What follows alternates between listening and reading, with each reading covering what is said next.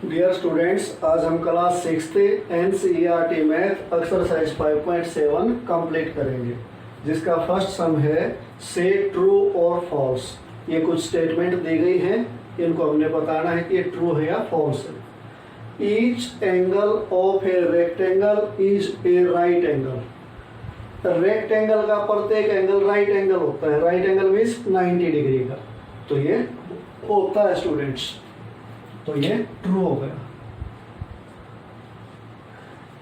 ये आपको स्टेटमेंट लिख के उसके पीछे लिखना है, ट्रू ओनली, ट्रू फॉल्स नहीं लिखना है। The opposite sides of a rectangle are equal in length. जो रेक्टेंगल होता है उसकी अपोजिट साइड लेंथ में इक्वल होती हैं, ये ट्रू।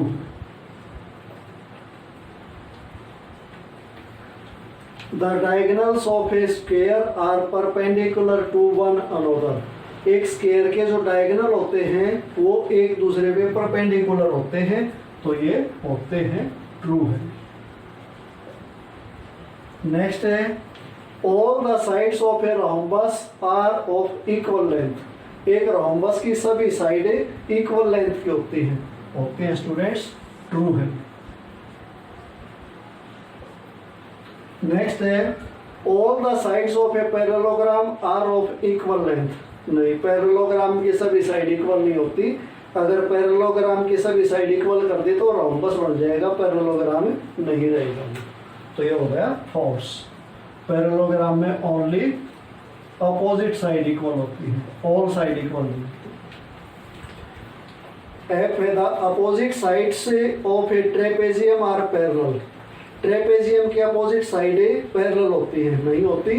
ट्रेपेजियम की अगर अपोजिट साइड इक्वल हो गई तो वो पैरेललोग्राम बन जाएगा, ट्रेपेजियम नहीं रहेगा। ट्रेपेजियम में 4 साइड होती हैं, लेकिन उनमें से 2 पैरेलल होती हैं और 2 अनपैरेलल होती हैं, तो ये हो गया फॉल्स। ये फर्स्ट सम कंप्लीट हो गया। अब सेकंड सम करते हैं स्टूडेंट्स। सेकेंड सम है students, give reason for the following. ये कुछ क्वेश्चन दिए गए हैं, इनके लिए हमने रीजन देना है। ए पार्ट है A square can be thought of as special rectangle. एक स्क्वायर को एक स्पेशल रेक्टेंगल सोच सकते हैं, तो इसका आंसर देना है हमने। तो ये फिगर बनाई है, ये स्क्वायर है, ये रेक्टेंगल है, इनमें सिमिलरिटी क्या है? दोनों में ही प्रत्येक एंगल 90 डिग्री का है और इसकी सभी साइड इक्वल होती हैं और इसकी अपोजिट साइड इक्वल होती है, यानी कि इसके इक्वल ये है और इसके इक्वल ये है। तो इनमें सिमिलरिटी क्या हुई? और एक बात और है, इसको रेक्टेंगल बोल सकते हो लेकिन इसको स्क्वायर नहीं बोल सकते। रीजन क्या है? क्योंकि इसकी तो केवल अपोजिट साइड इक्वल है और इसकी सभी साइड इक्वल है, तो इट मींस अपोजिट तो अपने आप ही इक्वल हो गई जब सभी साइड इक्वल है। तो मिनिमम हमने 2 सिमिलरिटी इसमें इसको बतानी है। Yes, because both have opposite sides are equal in length. हाँ, क्योंकि दोनों में अपोजिट साइड जो होती है वो इक्वल लेंथ की होती है। देखो, इसमें इसके इक्वल ये है, इसके इक्वल ये है, इसमें इसके इक्वल ये है, इसके इक्वल ये है। And measure of A each angle is 90 degree. और प्रत्येक एंगल का जो मेजर होता है वो 90 डिग्री का होता है। इसके भी सभी एंगल 90 डिग्री के होते हैं, इसके भी सभी एंगल 90 डिग्री के होते हैं। इसलिए एक स्क्वायर को हमें एक स्पेशल रेक्टेंगल सोच सकते हैं या बोल सकते हैं। B part, a rectangle can be thought of as a special parallelogram. क्या एक रेक्टेंगल को एक स्पेशल पैरेललोग्राम सोच सकते हैं? अब हमने रेक्टेंगल और पैरेललोग्राम फिगर देखनी है। देखो, इसमें क्या होता है स्टूडेंट्स, इसमें सभी एंगल 90 डिग्री के और opposite side equal in length. और इसमें क्या होता है, अपोजिट साइड इक्वल होती है, इसके इक्वल ये, इसके इक्वल ये, और अपोजिट एंगल इक्वल होते हैं, इसके इक्वल ये है और इसके इक्वल ये है।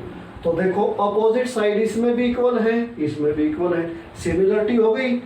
अपोजिट एंगल इसमें इक्वल है, इसमें भी इक्वल है, तो ये 2 सिमिलरिटी इसमें हो गई। इसलिए हमें एक रेक्टेंगल को एक स्पेशल पैरेललोग्राम बोल सकते हैं। Yes, because both have opposite sides are equal in length and opposite angles are equal in measure, इसलिए हम इसको बोल सकते हैं। अब C part, A square can be thought of as a special rhombus. क्या एक स्क्वायर को एक स्पेशल रहोम्बस से सोच सकते हैं? अब ये स्क्वायर है, ये रहोम्बस है, इनमें सिमिलरिटी क्या है? इसकी भी फोर साइड इक्वल होती है, इसकी भी फोर साइड इक्वल होती है। दूसरी सिमिलरिटी, इसमें जो अपोजिट एंगल होते हैं वो इक्वल होते हैं और इसमें सभी एंगल इक्वल है, तो अपोजिट तो अपने आप ही इक्वल हो गए, तो ये सिमिलरिटी हो गई। Yes, because both have all sides are equal in length and opposite angles are equal in the measure, इसलिए हम इनको बोल सकते हैं। अब डी पार्ट है, square, rectangles, parallelograms are all quadrilaterals. Square, rectangle, parallelogram सब क्वाड्रिलेटरल हैं। Yes, because all the figures have four sides. हाँ, क्योंकि सभी फिगर की फोर साइड होती है, जिसकी भी फोर साइड होगी हम उसको क्वाड्रिलेटरल बोलते हैं स्टूडेंट्स। तो यह फिगर भी अगर इसमें ड्रॉ कर दोगे तो बेटर रहेगा और ये सम आपको कंप्लीट करना है। अब थर्ड सम करते हैं।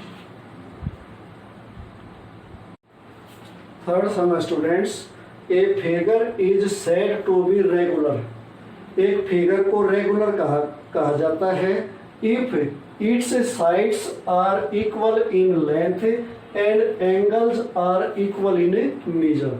यदि इसकी सभी साइड इक्वल हो लेंथ में और सभी एंगल मेजर में इक्वल हो।